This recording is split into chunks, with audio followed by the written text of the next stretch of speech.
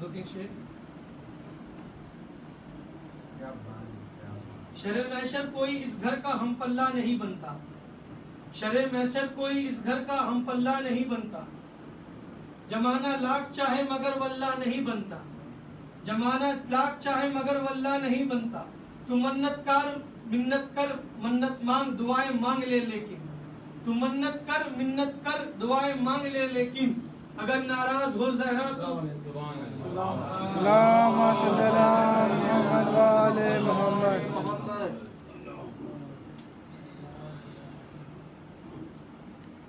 شر محشر کوئی اس گھر کا ہم پلہ نہیں بنتا. شر محشر کوئی اس گھر کا ہم پلہ نہیں بنتا. زمانہ لاکھ چاہے مگر واللہ نہیں بنتا. تو منت کر دعائیں مانگ لے لیکن اگر ناراض ہو زہرا تو رضی اللہ نہیں بنتا. شر محشر کوئی اس گھر کا ہم پلہ نہیں بنتا. زمانہ لاکھ چاہے مگر واللہ نہیں بنتا. تو منت کر دعائیں مانگ لے لیکن اگر ناراض ہو زہرا تو رضی اللہ نہیں بنتا. کیسے بیانات ہو تیرے کمالات فاطمہ. کیسے بیان ہو تیرے کمالات فاطمہ. کب ہے شمار تیرے نعمات فاطمہ. کب ہے شمار تیرے نعمات فاطمہ. دلہن نبی کی لاڈلی دلہا خدا کا لال. دلہن نبی کی لاڈلی دلہا خدا کا لال. کیسے عرش پر سجی تیری بارات فاطمہ. کیسے عرش پہ سجی تیری بارات فاطمہ. پڑھتی ہے نماز پھرتے ہیں ان کے منہ. پڑھتی ہے نماز منہ پہ پھرتے ہیں ان کے منہ. تجھ پر جو بھیجتے نہیں صلوات فاطمہ. تجھ پر جو بھیجتے نہیں صلوات فاطمہ. میں ان بھکاریوں کو غنی کس طرح کہوں. میں ان بھکاریوں کو غنی کس طرح کہوں جو لوگ کھا گئے تیرے باغات فاطمہ. جو لوگ کھا گئے تیرے باغات فاطمہ. ممکن نہیں میں رضی اللہ کہوں انہیں. ممکن نہیں میں رضی اللہ کہوں انہیں. کرتی رہی ہے جن کی شکایات فاطمہ. نعرہ صلوات. اللهم صل على محمد وآل محمد. نعرہ صلوات. اللهم صل على محمد وآل محمد.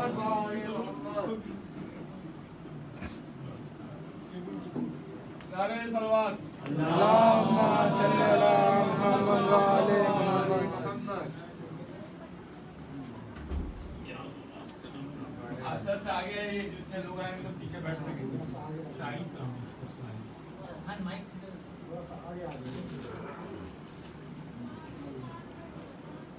نعرہ صلوات. اللهم صل على محمد وآل محمد. نعرہ حیدری. رحم اللہ من قرأ الفاتحہ.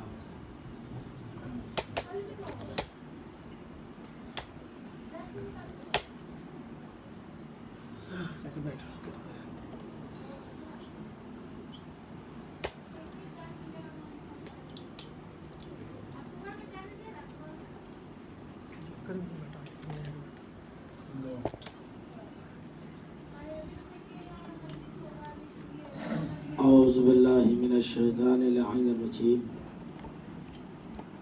بسم اللہ الرحمن الرحیم. الحمد للہ الذی لا یبلغ مدحتہ القائلون ولا یحسن ماءہ العادون ولا یعدی حقہ المجتہدون.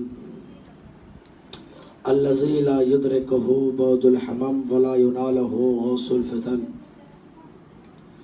الذي ليس لصفته حد محدود ولا نات موجود ولا وقت معدود. فطر الخلائق بقدرته ونشر الرياح برحمته وبتت بالصخور ميدان أرزه. والصلاة والسلام وتحية والإكرام على بشير النذير وسراج المنير جد الحسن والحسين أبي القاسم. اللهم صل على محمد وآل محمد. ثم الصلاة والسلام بتحية والإكرام على أهل بيته الطيبين الطاهرين المعصومين المظلومين ولعنة الله أدائهم أجمعين من كل يوم هذا في قيام يوم الدين. أما بعد فقد قال رسول الله صلى الله عليه وآله وسلم الحمد لله الذي جعلنا متمسكين بولاية الأمير المؤمنين علي بن أبي طالب عليه الصلاة والسلام.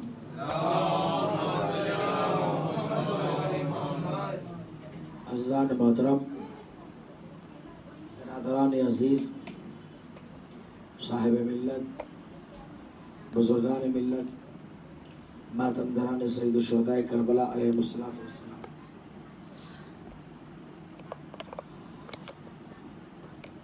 محرم کے سلسلہ مجالس کی آج یہ 8ویں تقریر آپ حضرات کے ذوق سماعت، محرم کی 8 تاریخ، ذکر اہل بیت میں دن کیسے نکل جاتا ہے پتہ بھی نہیں چلتا.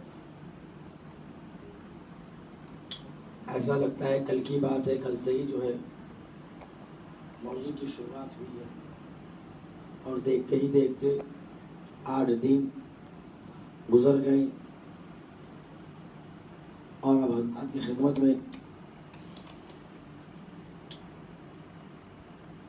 میں نے چاہا کہ کچھ چیزیں بیان کی جائیں، جتنا مجھ سے ہو سکا میں نے بیان کیا آپ حضرات کی خدمت میں. آج کی یہ تقریر ہے، کل کی یہ تقریر ہے انشاءاللہ.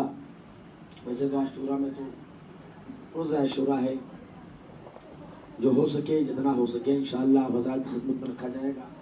پھر موقع ملا تو پھر سے یہ سلسلہ شروع ہوگا، پھر سے جو ہے موضوعات آپ حضرات کی خدمت میں رکھے جائیں گے. کل میں نے اپنے بحث کو مقام جناب سیدہ پر لا کر ملتوی کیا تھا، اور ماشاءاللہ سے ابھی شعر و شاعری آپ نے شاہد بھائی کی زبانی سماعت فرمائی. بہترین مصرے جو ہے جناب سیدہ کے حوالے سے عرض کر رہے تھے. انشاءاللہ اسی موضوع کو لے کر آگے بڑھنا ہے مجھے، لیکن کچھ روایتیں میں ابھی خدمت میں عرض کرتا ہوں. مولائے کائنات حضرت علی بن ابی طالب علیہ الصلوۃ والسلام اللہم صلی علی محمد وآل محمد کی خدمت میں ایک شخص آتا ہے اور کہتا ہے مولا بتائیے کہ دنیا میں سب سے بڑا کنجوس کون ہے؟ سب سے بڑا کنجوس کون ہے؟ مولا نے کہا بیٹھو، اب پوچھ لیا ہے کہ پتہ نہیں ہے. کہا کہ نام لے کے بتایا جائے یا صفت کے ذریعے بتایا جائے؟ اب آخر اس نے کہا ہوتا مولا نام لے کے بتائیے، تو مولا کے علم میں اور اختیار میں تھا کہ قیامت تک کا لسٹ اس کے پاس آ جاتا. جب منبر سلونی سے امیر کائنات نے دعویٰ کیا تھا کہ جو پوچھنا ہے پوچھ لو مجھ سے، اس سے پہلے کہ میں تمہارے درمیان سے چلا جاؤں، تو لوگوں نے بہت عجیب عجیب سوال کیے تھے. میرے سر پہ بال کتنے ہیں؟ مجھے آج کھانے میں کیا ملے گا؟ فلاں فلاں عجیب عجیب طریقے سے سوال کیا تھا لوگوں نے. کاش کسی مسلمان کے ذہن میں یہ بات آ جاتی، مولا بتائیے 1,24,000 نبیوں کے اسماء گرامی کیا ہے؟ کوئی واقعاً پڑھا لکھا انسان ہوتا، ذہن والا انسان ہوتا، زیرک ہوتا، تو وہ مولا سے پوچھ لیتا مولا بتائیے 1,24,000 نبیوں کا نام بتائیے. تو آج مسلمانوں کے پاس 1,24,000 نبیوں کی ولادتوں کی تاریخ بھی ہوتی اور شہادتوں کی تاریخ بھی ہوتی. پھر کسی مسئلے میں یہ بحث پڑھنے کی ضرورت نہیں ہے کہ آپ 12 منائیے ہم 17 منائیں. کیا عرض کرنا چاہ رہا ہوں؟ پھر کسی بحث میں نہیں. اب ایک شخص اٹھا کہا مولا یہ بتائیے کہ آج میرے قسمت میں کیا کھانا ہے؟ آج میرے قسمت میں کیا جو ہے وہ کھانا نہیں ہے، یعنی آج مجھے کون سا چیز جو ہے ملنے والا یہ کہ ہاں کیا کھانا ہے؟ استغفر اللہ، کیا کھانا ہے؟ مولا نے ایک جو ہے وہ نام بتا دیا کہ آج جو ہے وہ مثال کے طور پر یہ سبزی تمہارے قسمت میں آج تمہیں کھانا ہے. ہاں ٹھیک ہے، اچھی بات ہے. کالی کے جو ہے کلمات کو جھوٹا کرنا ہے. میں نے کہا فلاں سامان کھانا ہے، تو آج جو اسے کھانا ہی نہیں ہے، چھوڑ دینا ہے۔ گھر گیا، گھر جانے کے بعد اپنی بیوی سے اس نے کہا کھانا نکالو، کیا بنایا؟ کہا آج جو ہے کچھ بازار میں نہیں مل رہا تھا، بس فلاں سبزی ہے جو مولانا نے نام لیا تھا۔ روایت کے مطابق بہت ساری چیزوں کا ذکر کیا گیا ہے، لیکن عام طور سے جو ذکر کیا گیا ہم لوگ کدو جسے کہا جاتا ہے اس کا ذکر کہا پورے بازار میں آج یہی ملا، اس کے علاوہ اور کچھ نہیں تھا۔ آج پورے بازار میں یہی بک رہا تھا، آج اس کے علاوہ کچھ بک نہیں رہا تھا، کہا چھوڑو جانے دو۔ اب وہ بازاروں میں نکلا، چلو ہوٹل میں کھانا کھایا جائے، ہوتا نا عام طریقے سے ہمیں گھر کا کھانا پسند نہ آئے تو ہم ہوٹلوں میں چلے جاتے ہیں، اور آج کل کے ہوٹل ماشاءاللہ ویسا زمانہ نہیں تھا۔ بازاروں میں گیا، دیکھا ہر طرف جو ہے وہی سبزی پک رہی ہے۔ شام ہو گئی، رات ہو گئی، تلاش کرتا رہا بھوکا پیاسا، کیا دیکھتا ہے شہر کے باہر ایک چھوٹا سا ڈھابا ہوٹل ہے، سوچا ہو سکتا ہے کچھ اس کے پاس ہو۔ گیا، کہا چلو کچھ نہ کچھ ملے گا، کھا لیا جائے گا، روٹی چاول دال جو بھی۔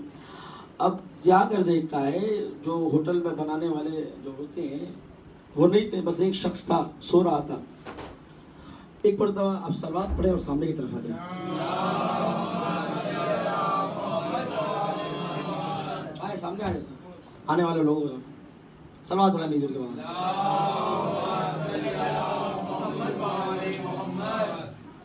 اب جو دیکھا اس نے کہ ایک شخص ہے سو رہا ہے، اس سے 2 تماچا اس نے لگایا اور اس اٹھایا، بولا کھانے میں کیا ہے؟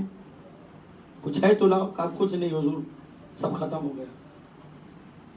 اس نے کہا کہ مجھے آج یہ جو ہے کھانے کا جو ہے وہ میرا یہ من ہے، بنا سکتے ہو؟ کہا حضور سب کچھ تھا لیکن اب کچھ نہیں ہے، ہاں ایک چیز ہے جو اب کھا سکتے ہیں۔ کہا کیا؟ اب جب اس نے لا کے پیش کیا وہ وہی چیز نکلا جو میرے مولا نے نام لیا تھا۔ وہاں سے وہ ناراض ہو کے نکلا، شہر کے باہر گیا، کہا دیکھا جائے دوسرے شہر میں جایا جائے، آج جو ہے وہ کھانا نہیں ہے جو مولا نے نام لیا۔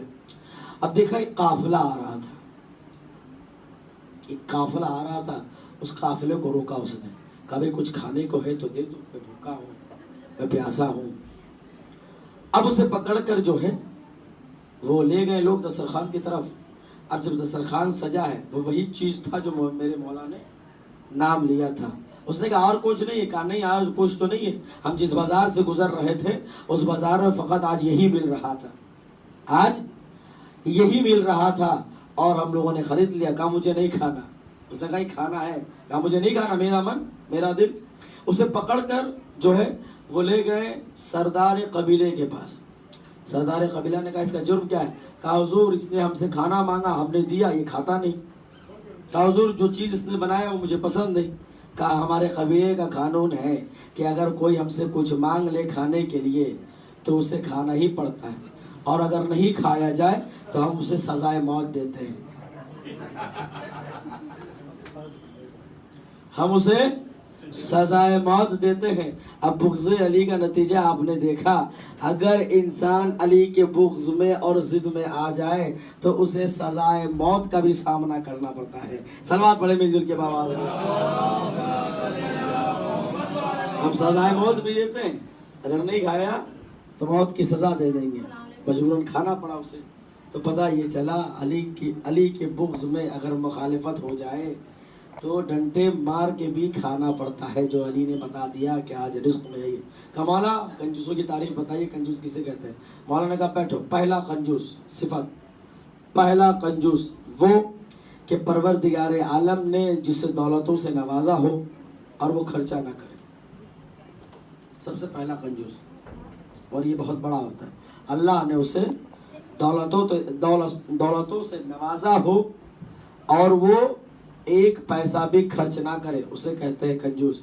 تو مولا دوسرا کنجوس، مولانا فرمایا دوسرا کنجوس وہ کہ جس کے پاس خرچ کرنے کے لیے کچھ نہ ہو اور اگر دوسروں کو خرچ کرتے ہوئے دیکھے تو اعتراض کرے، بھائی اتنا کیوں خرچ کر رہے ہو، اس میں کیوں خرچ کر رہے ہو، ایسا کیوں خرچ کر رہے ہو، اس چیز میں کیوں خرچ کر رہے ہو، تبرک میں کیوں اتنا خرچ کر رہے ہو۔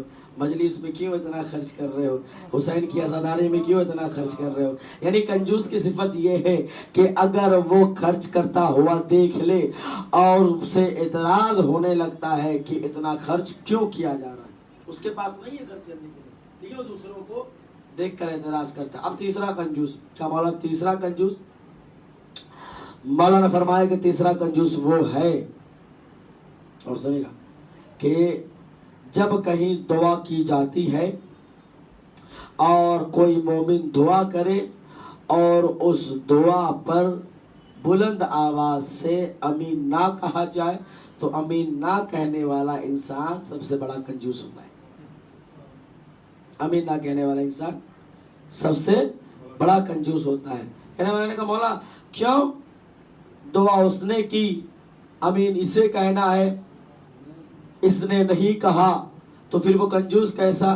مولانا نے فرمایا امین کہنے میں نہ پیسہ لگتا ہے, نہ ہمت لگتی ہے, نہ طاقت لگتی ہے, نہ ہاتھ پیر کو ہلانا ہے, بس زبان کے لوتھڑے کو ہلا دینا ہے, آمین رب العالمین. اگر کوئی مومن کہیں بیٹھ کر دعا کرے اور اس دعا پر امین نہ کہا جائے یا کوئی نہ کہے تو یاد رکھنا وہ دنیا کا سب سے بڑا کنجوس انسان ہے. اب میں قربان ہو جاؤں مقام جناب سیدہ پر, مقام جناب رسول خدا پر.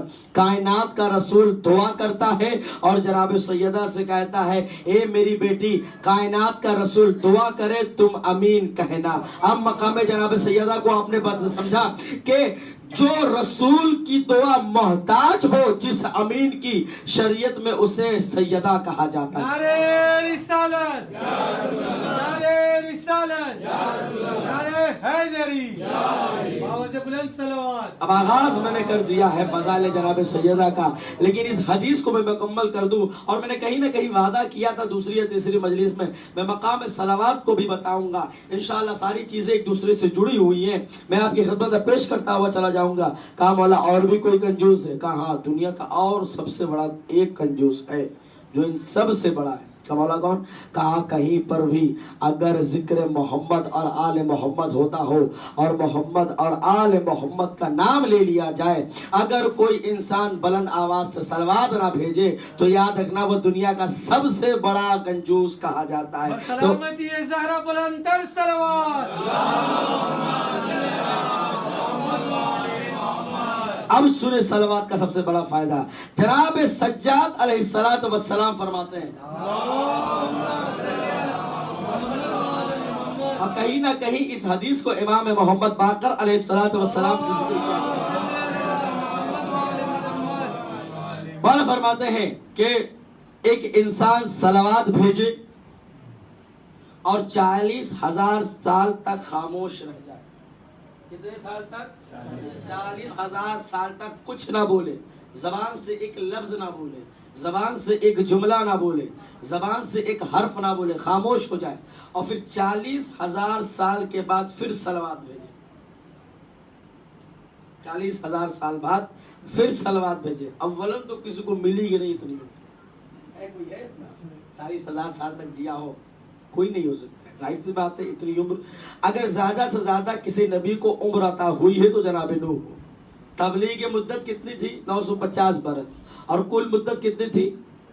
ہاں 2500, یعنی 2500 برس. اس سے زیادہ کوئی نبی جیا نہیں ہے. مولا فرماتے ہیں کوئی انسان, فائدہ سنیے گا, کوئی انسان اگر ایک مرتبہ صلوات بھیجے اور 40,000 سال تک خاموش رہے, کچھ نہ بولے, بالکل خاموش رہے, پھر 40,000 سال کے بعد ایک مرتبہ پھر صلوات بھیجے تو آسمان کے فرشتے چیخنے لگتے ہیں, اے میرے خدا, اے میرے مالک, اے میرے پروردگار عالم, ابھی تو پہلے صلوات کا ثواب مکمل نہ ہو سکا, اب اس نے دوسرا صلوات بھیج دیا ہے. اے میرے خدا, اب دوسرے صلوات کا ثواب کہاں سے لکھا جائے؟ اس کا مطلب یہ ہے نہ کسی کو 40,000 سال تک جو ہے وہ عمر عطا ہو سکتی ہے, نہ کوئی اتنا لمبا اپنی زندگی کو گزارنا چاہے گا, لیکن ہاں مولا سمجھانا چاہتے ہیں کہ اگر ایک صلوات بھیجا جائے تو صلوات کا ثواب اتنا ہوتا ہے کہ فرشتے 40,000 سال لکھے, اس ثواب کو لکھنا بھی چاہے تو مکمل نہیں ہو سکتا ہے.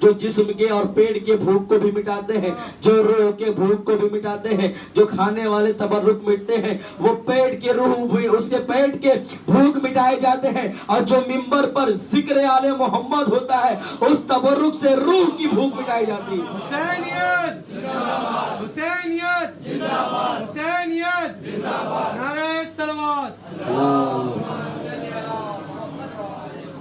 اس سے روح کی بھوک مٹائی جاتی ہے۔ اور عزیزو یہ ذکر ایسا ہے جو روح کو تازگی ملتی ہے، جس سے روح کو تازگی ملتی ہے۔ میں نے بحث چھوڑا تھا نا اپنی پچھلے 3 دنہ مجلس میں، رسول کا میں نے ذکر کیا، جناب سیدہ کا میں نے ذکر کیا، آئیے وہیں سے شروع کرتا ہوں۔ اب عزیزو غور کریں، ذکر آل محمد اتنا باوسیلت، اتنا باکمال کہ اس ذکر سے ہماری حیات ہے، اس ذکر سے آل محمد کو کوئی فائدہ نہیں۔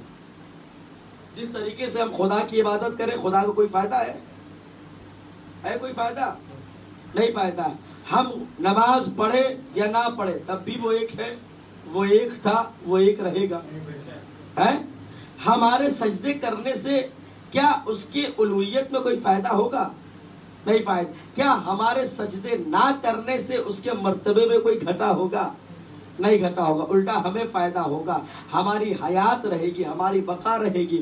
ذکر آل محمد کا بھی بس قانون نہیں، ہم ذکر کریں آل محمد کو کوئی فائدہ نہیں ہے، ہم ذکر نہ کریں آل محمد کو کوئی گھٹا نہیں۔ ارے پوری کائنات آل محمد کا ذکر کرتی ہے، میں کیا کہنا چاہ رہا ہوں، پوری کائنات آل محمد کا ذکر کرتی ہے، الٹا تو اس سے ہمیں فائدہ ہے۔ ہم ذکر کریں گے تو ہماری حیات رہے گی، ہماری بقا رہے گی، ہماری زندگی رہے گی، ہماری دنیا بھی بنی رہے گی، ہماری آخرت بھی بنی رہے گی۔ عزیزو اس ذکر سے فائدہ یہ ہے کہ ہم بھی بچے رہیں گے، ہمارا خاندان بھی بچا رہے گا۔ صلوات پر محمد۔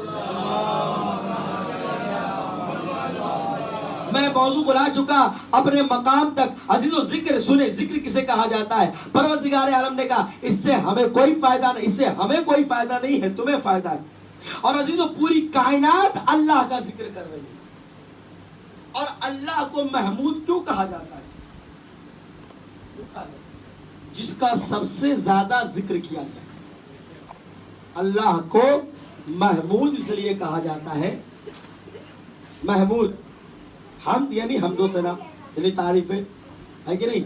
اللہ محمود ہے، پوری کائنات مل کے اس کی تعریف کر رہی، پوری کائنات مل کے اس کا ذکر کر رہی، اسی لیے اللہ کو محمود کہا جاتا ہے۔ جس کا سب سے زیادہ ذکر کیا جائے اسے محمود کہتے ہیں۔ اور اسی سے ملتا جلتا نام حضرت محمد مصطفیٰ صلی اللہ علیہ وسلم کا لقب ہے احمد۔ احمد مطلب جس کا ذکر کیا جائے، جس کی حمد و ثنا کی جائے، اسے کہتے ہیں احمد۔ اور محمود کہتے ہیں جس کا سب سے زیادہ حمد و ثنا کیا جائے، جس کا سب سے زیادہ حمد و ثنا کیا جائے۔ عزیزو صیغہ مبالغہ ہے، صیغہ مبالغہ محمود ہے کہ سب سے زیادہ حمد و ثنا کیا جائے۔ اب ہم غور کریں، پوری کائنات مل کے جس کی تعریف کرے اسے کہتے ہیں محمود، اور جو خدا محمد جس کی تعریف کرے اس محمد کو احمد کہا جاتا ہے، اس محمد کو احمد کہا جاتا ہے۔ اب غور کریں تاریخ کا عجیب ٹکڑا، جب حضرت محمد مصطفیٰ صلی اللہ علیہ وآلہ وسلم کی ولادت ہوئی ہے نا، تو سب سے پہلا جملہ تاریخ کا کہ آسمان اور زمین کے درمیان ایک عجب دردناک چیخ جو ہے گونجی ہے، عجیب دردناک چیخ۔ لوگوں نے کہا، فرشتوں نے کہا پروردگار عالم یہ چیخ کس کی ہے؟ اللہ نے کہا یہ شیطان کی چیخ، یہ شیطان کی چیخ ہے جو رسول کی ولادت پر چیخ رہا ہے، رو رہا ہے۔ کہا کیوں؟ کہا اس لیے کہ اسے معلوم ہے کہ پوری کائنات کو یہ بہکائے گا اور میرا محمد سب کو ہدایت دے گا۔ اب دیکھتے ہیں اس کے بہکانے میں زیادہ طاقت ہے یا محمد کے ہدایت دینے میں زیادہ طاقت ہے۔ اب دوسرا جملہ سنیں، اب اس کے بعد جو ہے آتش قدا، یہ ساری چیزیں جو ہے آپ کہیں نہ کہیں سن رکھا آپ نے، بس نتیجہ دینا چاہتا ہوں۔ فارس کا آتش قدا جو 1000 سال سے جل رہا تھا وہ بجھ گیا، وہ بجھ گیا۔ حضور کا جو ہے معجزہ بس یہیں سے انشاءاللہ میں اپنے موضوع کی طرف روانہ ہو چکا۔ آتش قدا جل رہا تھا، حضور کی جیسے ہی ولادت ہوئی وہ بجھ گیا. کیوں؟ اس لیے کہ بھائی ظاہر سی بات ہے، آتش قدا جو ہے وہ جل رہا تھا، اس کی عبادت کرتے تھے لوگ، فارس آگ کی پوجا کرتے تھے، وہ بجھ گیا. اس کا مطلب یہ ہے کہ جو آنے والا ہے وہ ایسی کی تبلیغ کرنا چاہ رہا ہے کہ جو پوری کائنات کا خالق ہے، جو پوری کائنات کا رب ہے. اب عزیزوں میں ان انسانوں سے کہنا چاہتا ہوں جو محمد کا مقابلہ کرتے ہیں، محمد کا مقابلہ بعد میں کیجئے گا. حضور کی ولادت پر فارس کا 1000 سال سے جلتا ہوا آتش قدا بجھ گیا. آپ کی ولادت پر ایک ذرا چولہے کی آگ تو بجھا کے دکھلائیے. بعد محمد کا مقابلہ کیجئے گا، ذرا چولہے کی آگ تو بجھا کر دکھلائیے. اب آئیے دوسرا جملہ. بس میں معجزے گنا رہا ہوں صرف حضور کے. حضور کو صرف قرآن معجزہ نہیں ہوا ہے. اب آپ غور کریں، تاریخ کا جملہ ہے کہ رسول خدا کا معجزہ یہ بھی تھا کہ چاند کے 2 ٹکڑے کر دیا کرتے تھے. سب سے بڑا معجزہ قرآن شریف ہے، سب سے بڑا معجزہ قرآن شریف ہے. دوسرا معجزہ چاند کے 2 ٹکڑے کر دیا کرتے تھے حضور. چاند کے 2 ٹکڑے کر دیا. کافر آئے، آنے کے بعد کہا اب اللہ کے رسول نے کہا کہ کوئی دلیل ہے؟ بقیہ نبی جتنے بھی آئے تھے ان کے پاس معجزہ ہے، آپ کے پاس کیا ہے؟ کہا اس چاند کے ٹکڑے کیجئے. رسول نے اشارہ کیا، ٹکڑے ہو گئے. رسول نے اشارہ کیا، ٹکڑے ہو گئے. اچھی بات ہے، ہم نے آپ کو نبی نہیں مانا. اس وقت مانیں گے جب چاند کو اپنے پہلی حالت پر آپ پلٹا دیں گے. رسول نے اشارہ کیا، وہ اپنی پہلی حالت پر پلٹ گئے. اب آنے والے نے کہا اب یقین ہو گیا ہے، ہم نے تو فقط سنا تھا کہ آنے والا انسان جادوگر ہے، ساحر ہے. اب اپنے آنکھوں سے دیکھ لیا، اب یقیناً جادوگر ہے، اب یقیناً جادوگر ہے. اس لیے کہ چاند کے 2 ٹکڑے کرنا یہ انسانوں کے بس میں نہیں ہے. کاش میں ان کافروں کو کہہ سکتا کہ جس کے پاس آئے ہو وہ انسان بھی نہیں ہے. انسان کے بس میں نہیں کہ وہ چاند کے ٹکڑے کر دے. انسان نہیں کر سکتا، انسان کے بس میں نہیں ہے. اس لیے کہ جس کے پاس آئے ہو وہ انسان نہیں ہے، مالک خدا کا مالک ہے، وہ رضائے خدا کا مالک ہے. وہ اس کے سامنے چاند کی تخلیق ہوئی، اس کے سامنے سورج کی تخلیق ہوئی، اس کے سامنے انسانوں کی تخلیق ہوئی، اس کے سامنے چرند اور پرند کی تخلیق ہوئی، اس کے سامنے پورے کائنات کی تخلیق ہوئی. وہ جانتا ہے کہ کس چیز کو کیسے توڑنا ہے اور کیسے بنانا ہے. اس کے بعد جو ہے دوسرا سلوات